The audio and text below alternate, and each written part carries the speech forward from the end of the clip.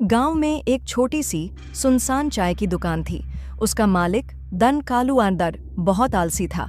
वह हमेशा ग्राहकों को चाय बनाने के लिए मना कर देता था और कहता था, रात हो गई है, अब दुकान बंद। लेकिन गांव वालों को पता था कि कालू ऐसा क्यों करता है। दरअसल उसकी दुकान पर एक चुड़ैल रहती थी। उसका नाम था महिमा।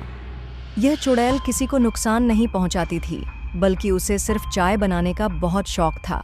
कालू जब भी रात को दुकान बंद करके जाता, महिमा दुकान के अंदर आकर खुद ही चाय बनाती और उसे पीती। वह अक्सर रात भर अलग अलग तरह की चाय बनाती रहती थी, कभी अदरक वाली, कभी इलायची वाली और कभी तुलसी वाली।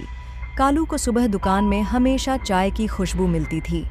एक रात गांव का एक युवक शहर से वापस लौट रहा था। वह बहुत थक चुका था और उसे बहुत जोर से चाय पीने की तलब लगी थी। उसने कालू की दुकान खुली देखी तो वह वहां चला गया। गोपाल ने कालू से कहा, कालू भैया, एक गर्मा गर्म चाय बना दो। कालू ने घबराकर कहा। भाई रात हो गई है, अब नहीं मिलेगी।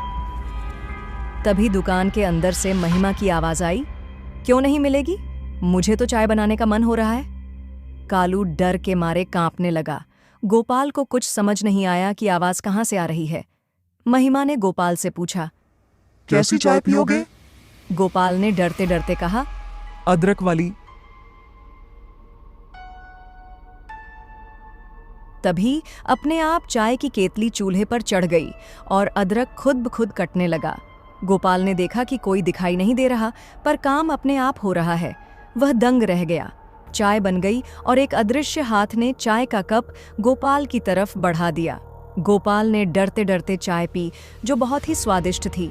चाय पीकर गोपाल का डर खत्म हो गया। गोपाल ने महिमा का धन्यवाद किया और कहा, तुम्हारी चाय बहुत अच्छी है। महिमा खुश हो गई और बोली, मैं तो रोज चाय बनाती हूँ, पर कोई पीने वाला नहीं होता। उस दिन के बाद गोपाल रोज रात को कालू की दुकान पर आने लगा और महिमा की बनाई चाय पीने लगा।